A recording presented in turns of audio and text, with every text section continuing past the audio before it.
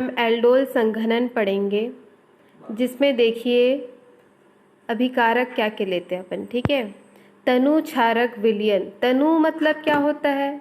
Dilute. Dilute का मतलब क्या होता है? जो सांद्र है उसका अपोजिट डायरेक्ट है ना। अब सांद्र मतलब होता है गाढ़ा। ठीक है, अब तनु मतलब होता है शुद्ध, ऐसे नॉर्मल भाषा बताई जाए तो फीका। गाढ़ा और फीका जानते हो ना, तो उस टाइप का ये डाइल्यूट किया हुआ। ठीक है, अब उसके बाद क्षारक बोला जा रहा है। क्षारक का मतलब होता है क्षार।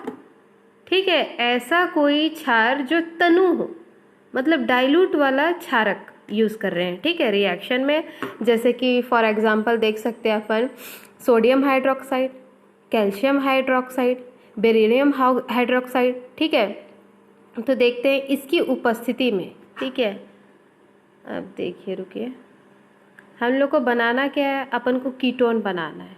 ठीक है, और रिएक्टेंट क्या क्या ले रहे हैं अपन? देखिए इसमें मतलब तनु क्षारक की उपस्थिति ले रहे हैं, लेकिन रिएक्टेंट अभिकारक क्या क्या ले रहे हैं अपन? बेंजल्डिहाइड और एसीटोफिनोन।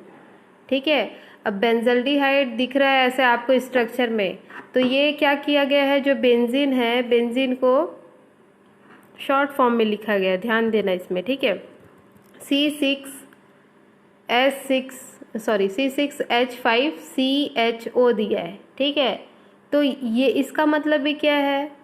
बेंजिल्डिहाइड है। कई सारे बच्चों को पता नहीं रहता, इसलिए बता रही हूँ। ठीक है, इस टाइप का है, चाहे आप ऐसा लिखो चाहे आप ऐसा लिखो, दोनों का एक ही मतलब है। ठीक है, अब इसका नाम क्या है? बेंजल्डिहाइड है। ठीक है, अब सेकंड जो रिएक्टेंट दिया वो क्या है? एसिटोफिनोन। मतलब क्या है? देखो यहाँ पे ऐसे। ठीक, उसके बाद क्या है यहाँ पे? COCH3।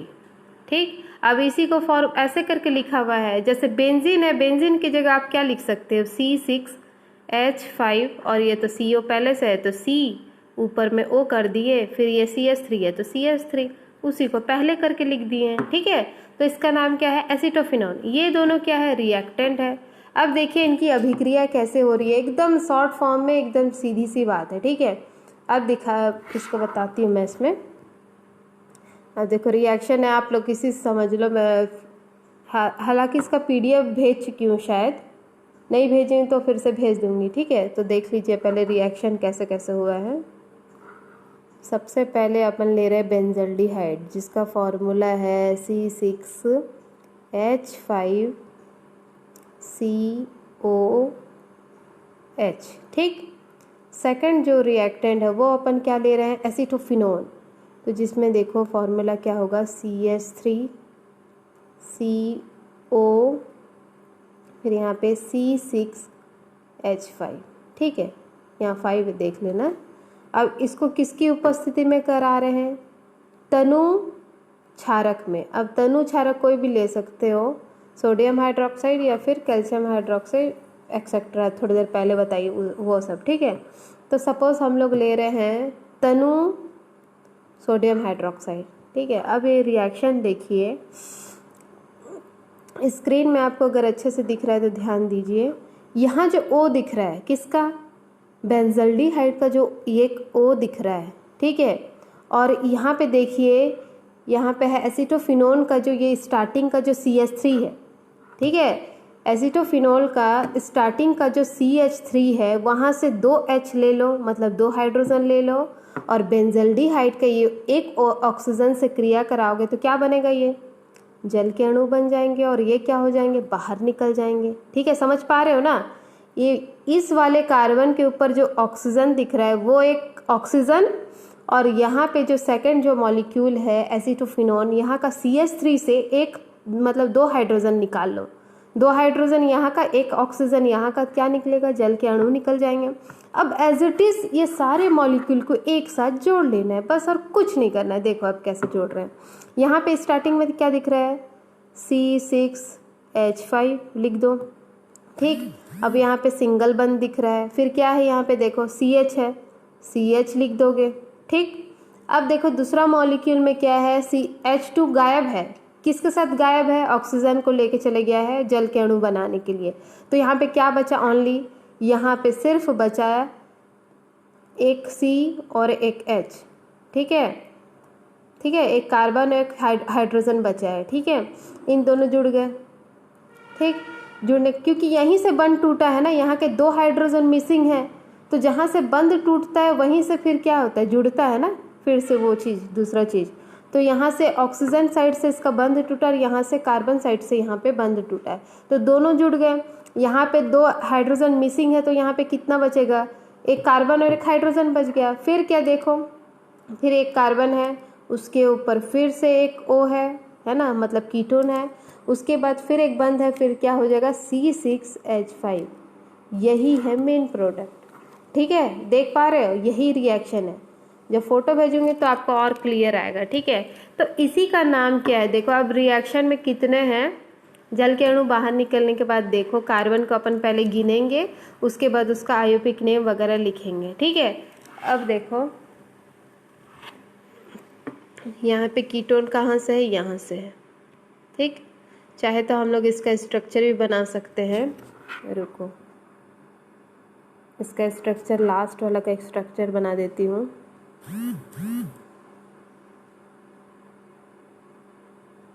ठीक, यहाँ पे ऐसे, फिर CH सिंगल बंद CH, ठीक, फिर यहाँ पे CO C, अब रुकिए, फिर से यहाँ पे बेंजीन आ जाएगा, ठीक है। देखिए ये है इसका स्ट्रक्चर, ठीक। अब देखो क्या क्या हो रहा है, अगर हम लोग यहाँ से कार्बन का नंबरिंग करेंगे, ठीक है, तो क्या क्या चीज़ जुड़ा है वो देखते हैं। यहाँ पे मेन जो कार्बन का चेन हो जाएगा, ये तीनों हो जाएंगे, ठीक है। कौन कौन हुए, मेन कार्बन चेन इन लो, और जो फेनाइल जो ग्रुप है ये क्या हो जाएगा, प्रतिस्थापी के रूप में यहाँ पे कार्य करेगा, ठीक है। यहाँ पे जो मेन जो मूल जो चेन होगा वो कौन कहलाएगा, ये जो तीनों कार्बन दिख रहे हैं ना, इन लोग मूल चेन है, और जो साइड साइड में दिख रहे हैं इन लोग फेनिल का प्रतिस्थापी रूप है, समझ लो, ठीक है। अब इसका नंबरिंग करना पड़ेगा, तो ध्यान दीजिए, अगर हम लोग इसका नंबरिंग करेंगे तो कहाँ से करेंगे, जहाँ पे क्रियात्मक समूह जुड़ा हुआ है, ठीक है। क्रियात्मक समूह देख लो यहाँ पे कहाँ, ये है कीटोन, ठीक है, कीटोन क्रियात्मक समूह, तो नंबरिंग ऐसा करना पड़ेगा जहाँ पे कीटोन को अपन को कम नंबर देना है, ठीक है। तो कीटोन को हम लोग को पहले इस कार्बन को 1 नंबर दिए, इसको 2 नंबर, इसको 3 नंबर, ठीक है। तो कैसे लिखोगे, पहला ग्रुप, पहला कार्बन के पास ही फेनिल जुड़ा है और थर्ड कार्बन के पास फेनिल जुड़ा है, तो पहला और तीसरा में जुड़ा है, लेकिन क्या चीज़ जुड़ा है, सेम चीज़ ही जुड़ा है, तो यहाँ पे डाई आ जाएगा, और 2 चीज़ जुड़ा है इस वजह से, तो क्या हो जाएगा 1,3 डाई, ठीक है, फेनिल फेनाइल, ठीक है। फिर क्या हो जाएगा, यहाँ पे कितने कार्बन है, 3 है, तो इसी में जुड़ा के लिखोगे प्रॉप, ठीक। और प्रॉप लिखने के बाद देखिए, रुकिए, ANE लिखोगे, ठीक। फिर कितना, कौन से पोजीशन पे कीटोन ग्रुप जुड़ा है, पहला पोजीशन पे, तो कितना लिखोगे 1 ओन, ठीक है। कीटोन के लिए क्या यूज़ करते हैं, ओन, 1 पहले पोजीशन पे कीटोन है तो 1 ओन लिखोगे, और सिंगल बंद है इस वजह से ANEN, ठीक। प्रॉप किस लिए लिख रहे हैं, 3 कार्बन है। फेनिल किस लिए लिख रहे हैं, क्योंकि फेनाइल ग्रुप जुड़ा है। डाई किस लिए लिख रहे हैं, क्योंकि 2 फेनाइल ग्रुप है। ये 1, 3 किस लिए लिखे हैं, क्योंकि पहले और तीसरे कार्बन पे ही फेनाइल ग्रुप जुड़ा हुआ है, ठीक है।